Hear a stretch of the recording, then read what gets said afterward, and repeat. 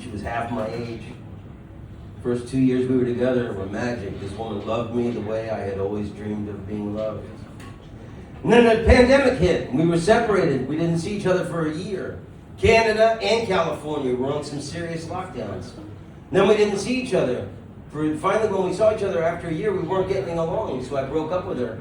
And then I felt bad about it, because I really loved her, and I wanted to get back together with her. So the beginning of 2022, I was heavier than I've ever been in my life. I had eaten so much chocolate and ice cream during the pandemic. And then she was dating men half my age.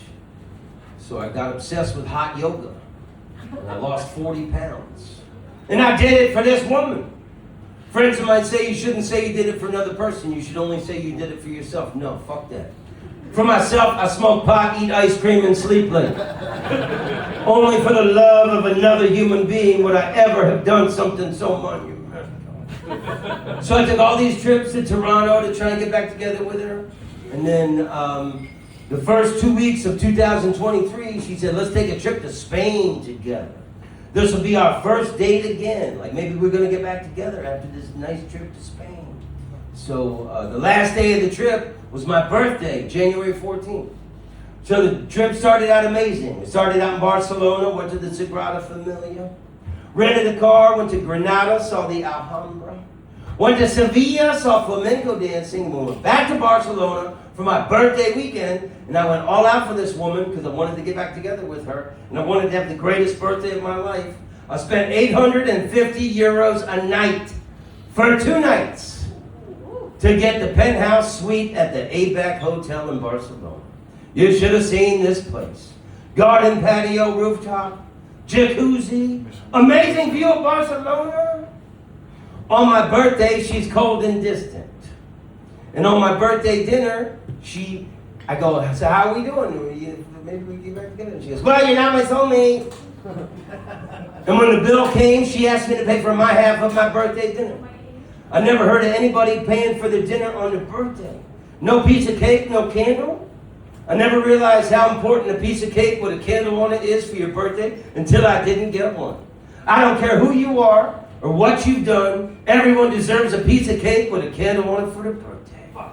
So we go back to the hotel, packed awkwardly in silence. Her flight was at 6 a.m. I take her to the airport at 3 a.m. I go back to the hotel, get my stuff checked out. I felt like I had walked into a buzzsaw. Like a samurai had cut me open. I don't know how I put one foot in front of the other that day. And I was going through the security at the Barcelona airport, and I got randomly selected for the bomb check.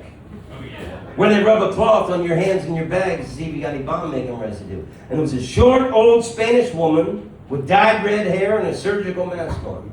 She asked me to turn my hands over, and I turned it over, and she's wiping it with the cloth stick. And she goes, I'm sorry, my English not so good. How are you today? Okay. She goes, just okay, not great? Not great. Just okay. And after a pause, I added, love. And she goes, you heartbreak? And when she spoke those words, tears flooded out of my eyes, and I started to cry.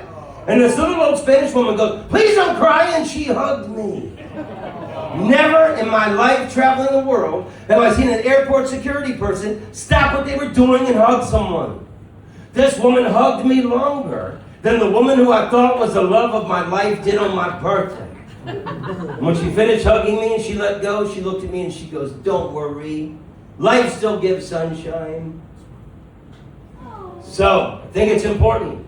In life, the best thing you can do with bad memories is to pave over them with good ones. So I went back to Barcelona the very next year for my birthday. And I got the penthouse suite at the ABAC Hotel in Barcelona. And I brought that old woman from security. She's old but firm, you know.